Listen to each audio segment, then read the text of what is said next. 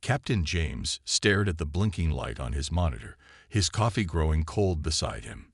The Deep Space Monitoring Station on Mars was usually quiet during the night shift, but tonight was different. The signal was unlike anything he had seen before. "Hey Bill, come take a look at this," he called to his colleague, who was checking the station's oxygen recyclers. "I'm picking up something strange at the edge of the solar system."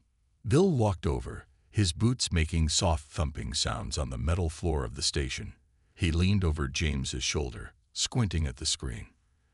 "That's not a normal signal pattern. Too regular to be natural, too complex to be one of ours." James nodded, his fingers flying over the keyboard as he ran the signal through various analysis programs. The computers hummed as they processed the data, and both men waited in tense silence. After a few minutes, the results appeared on the screen, and their eyes widened. "This can't be right," Bill whispered. "The computer says it's detecting over 300 massive objects, each larger than our biggest space stations. They're just sitting there." James immediately opened a secure channel to Earth Command. This wasn't something they could handle alone. Within minutes, the quiet station transformed into a hub of activity as more personnel arrived to analyze the situation. Dr. Miller, their lead scientist, rushed in with her tablet already displaying the signal data. "The objects are ships," she announced, her voice steady but excitement clear in her eyes. "And they're not from Earth or any of our colonies." The room fell silent. Everyone knew what this meant: first contact with an alien civilization. Hours passed as they gathered more data. The fleet of ships wasn't moving, which was strange for vessels of that size. They seemed to be drifting, their movement only affected by the solar system's natural gravitational forces. "Look at these energy readings." Dr. Miller pointed to a new set of data. "They're running on minimal power. Something's wrong with their main systems." James studied the readings carefully. His years of experience in space rescue operations told him this wasn't a planned stop. "They're stranded," he concluded. "Whatever drives they use, they failed." Earth Command's response came quickly. Space telescopes across the solar system turned their gaze toward the mysterious fleet. The images they sent back confirmed their worst fears. The alien ships were dark, with only emergency lights visible on their hulls. "We're picking up a transmission," Bill announced suddenly. "It's being broadcast on multiple frequencies." The message that played through the station speakers was unlike any language they had heard before, but the tone was universal: a distress call. Earth's most advanced AI translation systems worked on the message while more data poured in. The first breakthrough came just before dawn on Mars. "The translation is rough," Dr. Miller explained to the growing crowd of officials now present in the station, "but we understand the basics. They call themselves the Brightborn. Their home star was dying, and they evacuated their entire civilization. But something went wrong with their quantum drive system during the journey." James listened intently as she continued. "The Brightborn had been traveling for years, looking for a suitable new home. Their fleet carried over 50,000 beings, men, women, and children of their species. Now they were stranded, their highly advanced technology failing them when they needed it most. They're asking for help," Dr. Miller finished. "They'd been broadcasting this message for weeks, hoping someone would hear them." Captain James stood up, his decision made. He had spent his career rescuing stranded ships and crews across the solar system. The fact that these ships were alien didn't change the fundamental rule of space travel: you help those in need. "Send word to Earth Command," he said, his voice firm. "Tell them we need to mount a rescue mission. I don't care if their technology is more advanced than ours. They're stranded in space, and that's something we humans know how to handle." The room buzzed with activity as his words sank in. Humanity's first contact with an alien civilization wouldn't be a diplomatic meeting or a cultural exchange. It would be a rescue mission. And despite the technological gap between the species, the humans were about to prove that sometimes the most valuable skills in space weren't about having the most advanced technology, but about knowing how to solve problems with whatever tools you had available. Earth's response to their recommendation came within hours. Rescue mission approved. Begin preparations immediately. Commander Anna stood at the front of the crowded briefing room in Houston Space Center, looking at the faces of the best rescue specialists Earth had to offer.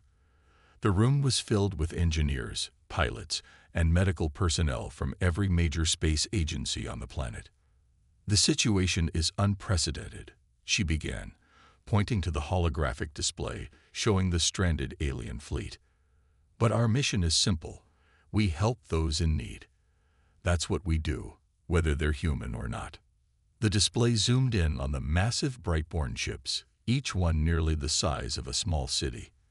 Their sleek designs made Earth's vessels look primitive in comparison, but right now, those advanced ships were helpless.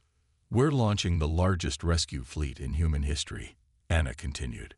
20 rescue ships, 10 supply vessels, and 5 medical support craft. Our advantage isn't technology, it's experience. We've been solving problems in space since we first left Earth's atmosphere. Tom, the lead engineer, stepped forward. His work clothes were stained with grease, showing he'd been working on the rescue ships nonstop. "We've modified our ship's airlocks to be compatible with multiple possible docking configurations. We don't know exactly how their ships are built, but we'll find a way in." The preparation moved at incredible speed. Around the world, spaceports buzzed with activity as ships were loaded with supplies and equipment. Every tool, spare part, and piece of emergency gear that might be useful was packed. The humans might not have quantum drives, but they had generations of experience in fixing things in space. "What if their atmosphere is different from ours?" someone asked during the final briefing. "What if we can't even breathe the same air?" "That's why we're bringing everything," Anna replied. "Universal atmospheric adapters, portable airlocks, and enough spare parts to build a small space station. We plan for the worst and hope for the best." 3 days later, the rescue fleet launched from various points around Earth.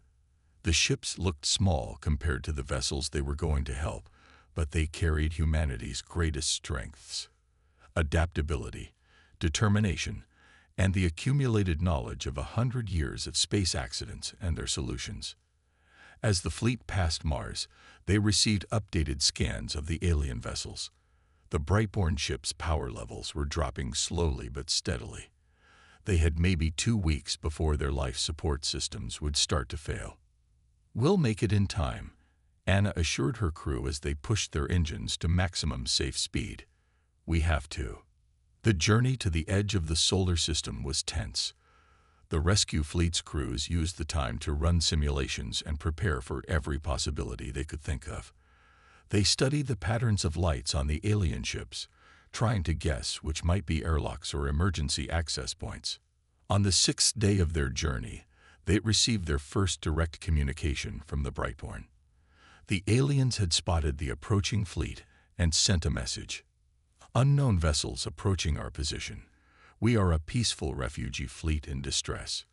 Please identify yourselves." The translation AI had improved over the past few days, making communication easier. Anna sent their response. "This is Commander Anna of the Earth Rescue Fleet. We received your distress signal, and we're here to help. Our ships are less advanced than yours, but we have extensive experience in space rescue operations." There was a long pause before the Brightborn replied. Their message carried a mixture of relief and confusion. You would risk your lives to help an unknown species, with technology far simpler than ours. Anna smiled as she sent back the response that every rescue operator knew by heart. "That's what we do. In space, we help each other. Distance, technology, or species doesn't matter. Now let's work together and get your people to safety." As the rescue fleet approached the massive alien ships, the humans prepared for their greatest challenge yet. They didn't know exactly what they would find, but they knew this: whatever problems waited ahead, they would face them with the tools, creativity, and determination that had kept humanity alive in space for generations. The first close-up view of the Brightborn ships left the human rescue teams speechless. The alien vessels gleamed like polished mirrors, their hulls decorated with intricate patterns that seemed to shift in the starlight. But the beauty of the ships couldn't hide their current state. Emergency lights pulsed weakly across their surface, and several sections were completely dark. Tom led the first engineering team across to the Brightborn command ship. Their small shuttle approached carefully, its spotlights illuminating the alien hull. "Look at the construction," he said over the radio. "No visible seams or joints. Their manufacturing technology must be incredible." The docking procedure was tense. The universal adapter they'd designed worked, but barely. As the airlock cycled, everyone held their breath, waiting to see if their atmospheric calculations were correct. The inner door opened with a soft hiss. The first thing they noticed was that the Brightborn were roughly human-sized, though their bodies seemed to glow faintly from within. The alien engineers who greeted them wore what looked like formal uniforms, despite the emergency situation. "Welcome aboard," the Brightborn leader said through their translation devices. "I am First Engineer Light of Reason. We are grateful for your assistance, though we don't understand how you can help with your level of technology." Tom smiled behind his protective mask. "Sometimes the simplest solutions are the best ones. Can you show us your engine room?" The walk to the ship's power center revealed much about the Brightborn. Their corridors were perfectly straight, every panel aligned with mathematical precision. But Tom noticed something concerning. There were no visible access panels, no maintenance hatches, no sign of how to reach the systems if something went wrong. The engine room itself was a massive chamber filled with crystalline structures that pulsed with dim light.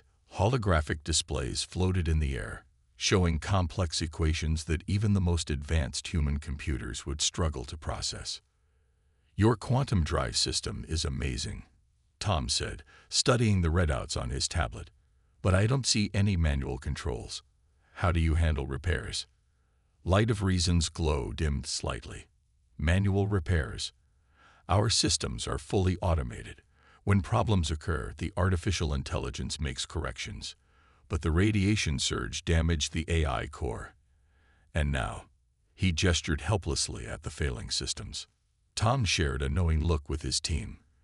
This was exactly the problem. The Brightborn had built incredible technology, but they'd forgotten the importance of being able to fix things by hand. "Show me where the power conduits connect to the drive system," Tom said, pulling out his tools. "We might not understand quantum mechanics at your level, but we know a lot about rerouting power and bypassing damaged systems." The Brightborn watched with a mixture of curiosity and concern as the humans began their work. When Tom opened his toolkit, they seemed shocked by the simple mechanical tools inside. "Those are primitive instruments," one of them observed. "Sometimes primitive is exactly what you need," Tom replied, using a simple voltage meter to test connections. Complex problems don't always need complex solutions. As the humans worked, they discovered the extent of the damage. The radiation surge had not only damaged the AI systems, but had also created microscopic fractures in the quantum crystalline matrices. The Brightborn's automated systems couldn't detect these small flaws, but human eyes, trained by generations of space repair work, spotted them immediately. "Your quantum technology is incredible," Tom explained to Light of Reason. "But right now it's like trying to run a marathon with a broken ankle. We need to stabilize the basic systems first: power, life support, and structural integrity. Once those are secure, we can work on the more advanced repairs." The Brightborn engineers watched in amazement as the humans began setting up portable power units, manually tracing circuits, and establishing backup systems using their primitive technology. They were particularly surprised when Tom used a simple mirror and flashlight to detect hairline cracks in the crystal matrices, problems their advanced sensors had missed completely. By the end of the first day, the human teams had mapped out the entire power distribution network of the command ship, not by scanning it with advanced technology, but by physically tracing every major conduit by hand. It wasn't elegant, but it worked, and that was what mattered in a rescue operation. After 3 days of assessment, Tom gathered both human and Brightborn engineers in the command ship's main conference room. The holographic displays showed detailed maps of the damage, created by combining the aliens' advanced sensors with good old-fashioned human inspection. "The good news is we can fix this," Tom said, pointing to the display. "The bad news is it's going to take some unusual methods that might make you nervous." Light of Reason's glow flickered with concern. "What do you mean by unusual methods?" Tom pulled out a piece of paper, actual paper, and drew a rough diagram. The Brightborn looked puzzled at this primitive form of communication, but they gathered around to watch. "Your quantum drive is like a perfect symphony," Tom explained, sketching as he talked. "Every part has to work in perfect harmony. But right now, it's like an orchestra where half the musicians can't read their music. We can't fix the quantum mechanics directly. That's beyond our technology. But we can create a bypass system." He laid out his plan. The humans will use their own power distribution technology to create a temporary network that would support the quantum systems. It wouldn't be elegant, but it would work like a crutch, helping the damaged systems function until they could reach a proper repair facility.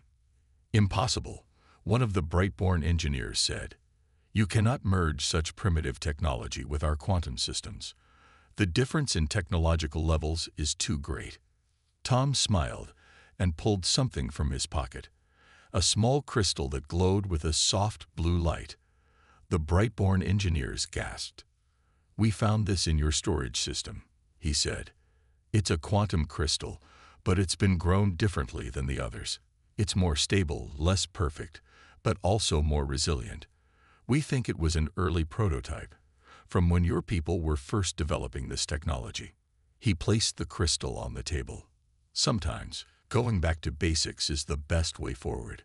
We're going to use this crystal as a bridge between our technologies. Your advanced systems might not talk to our simple machines directly, but they'll both talk to this." The next few hours were spent explaining the details. The humans would set up a network of power regulators and manual control systems.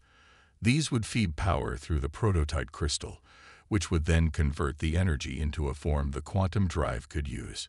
It wasn't elegant, but it might just work. "Think of it like a heart bypass," Tom explained to the skeptical aliens. "Sometimes you need to create a new path when the original one is damaged." The work began immediately. Human engineers in spacesuits crawled through access tunnels they had cut themselves, running cables and setting up control junctions. The Brightborn watched in amazement as these primitive beings literally rebuilt parts of their ships by hand. What impressed them most was how the humans handled problems. When a power coupling wouldn't fit, they didn't give up. They modified it on the spot. When they couldn't reach a connection point, they created a new one. Every obstacle was met with practical solutions and determined effort. "Your people are very adaptable," Light of Reason observed as he watched Tom personally weld a connection point. "We would never think to modify our systems this way." "That's because you built your systems to be perfect," Tom replied, checking his work. "We built ours to be fixable. In space, being able to repair something is more important than having it be perfect." By the end of the day, the new bypass system was taking shape. It wasn't beautiful. Cables and control boxes now lined corridors that had once been seamless, but initial tests showed promise. The prototype crystal was successfully converting human-generated power into something the quantum systems could use. The Brightborn engineers began to understand something important about their human rescuers. These beings might not have mastered quantum mechanics or built ships of unsurpassed beauty, but they understood something far more fundamental: how to take what you have and make it work, no matter the circumstances. The warning came without notice. Commander Anna was reviewing progress reports when every emergency sensor on her ship lit up at once. A massive solar flare was heading straight for their position, far bigger than anything their instruments had predicted. "Time to impact," she demanded, already moving toward the command center. 17 minutes, her science officer replied. It's huge, Commander. This could fry every electronic system in both fleets. Anna grabbed the ship-wide comm. All hands, emergency positions. Begin radiation protocols immediately. She switched to the channel connecting to the Brightborn ships. Light of Reason, do you copy? We have an incoming solar event. The response was filled with static. Our sensors are detecting it. Our automated protection systems, they're not responding. The AI can't process the threat fast enough with the damage to our systems. Forget the automated systems, Anna commanded. You need to power down your quantum cores manually. Now. We don't know how. Light of Reason's voice carried barely controlled panic. The procedures were always handled by the AI. We never needed to learn. Anna made a split-second decision. Tom, gather your engineering teams. We're going to have to do this the hard way. All rescue ships, prepare for emergency maneuvers. The next 15 minutes were a blur of activity. Human rescue teams rushed through the massive alien ships, showing the Brightborn how to manually shut down systems. They had learned enough about the alien technology over the past few days to understand the basics. Pull the power couplings in sequence, Tom shouted over the radio as he worked. Don't wait for computer confirmation, just like we practiced. The Brightborn, who had never handled their systems manually before, followed the humans' lead. Their glowing forms moved quickly through their ships, pulling connections and shutting down systems based purely on human instructions. 10 minutes to impact, came the warning. Anna coordinated the rescue fleet's response. Position rescue ships on the sun-facing side of the Brightborn vessels. Our hulls are less advanced, but they're built to take a beating. We'll act as shields. The human ships, tiny compared to the alien vessels, moved into position. Their crews worked with practiced efficiency, extending emergency radiation shields and rerouting power to protective systems. 5 minutes. Inside the alien ships, Tom's team reached the central quantum core. We have to power it down completely, he told Light of Reason. No automated shutdown sequence, no safety protocols. Pure manual shutdown. The Brightborn engineer's glow had dimmed to almost nothing from stress. But the safety protocols exist for a reason. A manual shutdown could damage the core permanently. Better damaged than destroyed, Tom replied, already moving to the control panels they had installed. Sometimes survival means breaking the rules. 2 minutes. Across the fleet, humans and Brightborn worked together. The aliens learned in minutes what the humans had known for generations. Sometimes you had to trust your instincts and act, even without perfect information or guaranteed safety. 30 seconds. The last system shut down just as the solar flare hit. The combined fleets went dark, protected only by emergency shields and the human rescue ships taking the brunt of the radiation. For 3 long minutes, energy from the solar flare washed over them. In the darkness of the powered-down ships, humans and Brightborn waited together, hoping their preparations had been enough.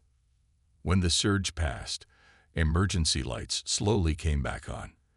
Damage reports started coming in. The human ships were battered but intact. Their older, simpler technology had weathered the storm.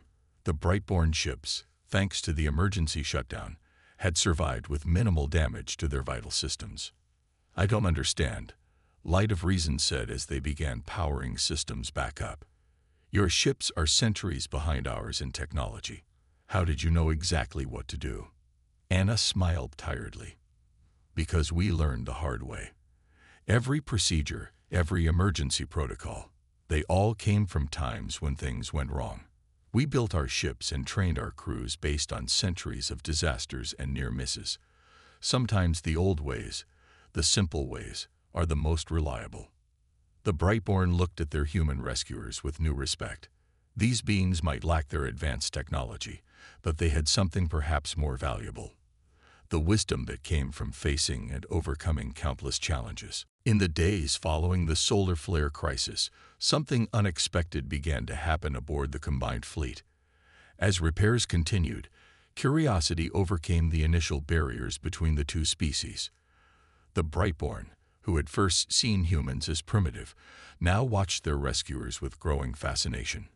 Tom found himself surrounded by Brightborn engineers during his daily repair sessions. They no longer showed any hesitation about his primitive tools. Instead, they asked endless questions about how humans learn to solve problems without relying on artificial intelligence. "Show us again," a young Brightborn engineer named Swiftthought requested, watching Tom repair a power coupling. "How do you know which connections to check first?" Tom smiled as he worked. "It's not about scanning everything with sensors. It's about using your senses, looking for burn marks, feeling for hot spots, listening for unusual sounds. Your body can tell you a lot if you learn to pay attention." In the command center, Commander Anna and Light of Reason had developed their own daily routine. They would meet to discuss repair progress, but their conversations often drifted to deeper topics. "Your people do things so differently," Light of Reason observed one day. "We spent centuries making our technology more perfect, more automated. But we learn to work with our technology, not just rely on it." Anna finished. "Every human spacer knows that computers can fail, but human intuition and experience rarely do." The Brightborn were particularly amazed by how humans handled unexpected problems. When a repair team encountered a damaged section they couldn't reach, they didn't wait for complex solutions. Instead, they modified their tools on the spot, creating new instruments from spare parts. "That shouldn't work," Swiftthought said, watching a human engineer combine parts from 3 different tools to reach a difficult spot. "The components weren't designed for that purpose." "That's exactly why it does work," Tom explained. "We design our tools to be adaptable. In space, you never know what you'll need, so everything has to be flexible." The humans, in turn, were learning from the Brightborn. The aliens' understanding of quantum mechanics was far beyond Earth's science, and they were happy to share their knowledge. Every day, human scientists and engineers learned more about the advanced principles behind the alien ships. But the most valuable exchange wasn't about technology at all. It was about different ways of thinking. The Brightborn began to understand that progress wasn't just about making things more advanced. It was about maintaining a balance between automation and hands-on ability. One evening, Tom found Light of Reason in the engine room, manually checking power readings instead of relying on sensors. The alien engineer's glow brightened when he saw Tom. "I think I understand now," Light of Reason said. "We became so focused on advancing our technology that we forgot something important: the value of direct experience, of understanding our ships not just through data, but through touch and sound and sight." The humans had also gained new perspectives. They saw how the Brightborn's advanced technology, when working properly, could achieve things they had only dreamed of. The key was finding a balance between high technology and practical skills. As the repairs progressed, the two species began developing new solutions that combined both approaches. The Brightborn's quantum technology was integrated with human-style manual controls and backup systems. The result was something neither species could have created alone: systems that were both highly advanced and highly reliable. "Your people have taught us something valuable," Light of Reason told Anna during one of their meetings. "We thought advancement meant removing the need for direct intervention, but you've shown us that the most powerful technology is the kind that works with its users, not just for them." Anna nodded. "And you've shown us that we don't have to choose between advancing our technology and maintaining our practical skills. We can have both." The cultural exchange continued to grow, with both species learning from each other's strengths and experiences. What had started as a simple rescue mission was becoming something much more significant: a meeting of 2 very different approaches to surviving in space, each with valuable lessons for the other. 2 weeks after the solar flare incident, Tom stood in the main engine room of the Brightborn command ship, checking the final readings on his tablet. The newly modified quantum drive hummed with a smooth, steady tone that brought a smile to his face. Around him, both human and Brightborn engineers moved with practiced coordination, performing the last checks before full power restoration. All systems are showing green, Swiftthought announced, his glow bright with excitement. The quantum matrix is stable. Power flow is perfect. Actually better than before the accident. Tom nodded, understanding why. The new hybrid system they had created combined the best of both worlds. Brightborn quantum technology, enhanced with human-designed manual controls and backup systems. It wasn't just a repair, it was an improvement. In the command center, Commander Anna and Light of Reason reviewed the final reports. The displays showed all 35 Brightborn ships, their systems now fully operational, but they looked different than before. Each vessel now bore visible signs of human engineering, with external access panels and manual control stations integrated into their once seamless hulls. "Your people have done the impossible," Light of Reason said, his glow pulsing with what Anna had learned to recognize as deep emotion. "You didn't just repair our ships. You made them better." "We all did it together," Anna replied. "Your knowledge combined with our experience. That's the real triumph here." The Brightborn Council had gathered for this moment. Their formal declaration came through the communication systems, translated into clear, simple terms. "We, the Brightborn, extend our deepest gratitude to humanity. You have shown us that true advancement comes not from technology alone, but from the spirit that wields it. We request permission to establish permanent diplomatic relations with Earth." Earth's response was equally positive. The human governments had already been discussing the possibilities. The rescue mission had proved that despite vast technological differences, the two species could work together effectively. "We have a proposal," Light of Reason announced. "Our people still need a new home, but we've learned that rushing blindly forward with technology isn't the answer. We would like to establish our colony in this solar system, if Earth agrees. We can share our quantum science while learning from humanity's practical wisdom." The news spread through both fleets, bringing cheers from humans and bright pulses of joy from the Brightborn. What had started as a desperate rescue mission had become the foundation for a lasting alliance. As the celebrations continued, Tom found himself back in the engine room, showing a group of young Brightborn engineers how to use a simple wrench. They no longer saw it as primitive. They understood now that sometimes the simplest tools, in skilled hands, could solve problems that the most advanced AI couldn't handle. "The key to survival in space isn't having the most advanced technology," he told them. "It's knowing how to use whatever tools you have, and never giving up when things go wrong." Commander Anna made one final tour of the rescue fleet. Her crews were tired but proud. They had faced what seemed like an impossible challenge and succeeded, not through overwhelming technology or force, but through human ingenuity, determination, and the willingness to try solutions that others might dismiss as too simple or primitive. In the days that followed, as the combined fleet began its journey back to Earth, many observed that both species had changed. The Brightborn had learned to balance their reliance on advanced technology with practical skills and direct experience. The humans had gained new understanding of quantum science while proving that their hands-on approach to space travel was just as valuable as any advanced AI. Light of Reason summed it up best in his final report. "We came to this solar system as refugees, thinking ourselves far advanced of its inhabitants. We leave as students and allies of humanity, having learned that true advancement lies not in removing the human element from technology, but in finding ways for people and machines to work together. The humans didn't just save our ships, they showed us a better way forward." As Earth grew larger in their view screens, both species knew this was just the beginning. Together, combining human practical wisdom with Brightborn quantum science, they would explore the stars in ways neither could have imagined before.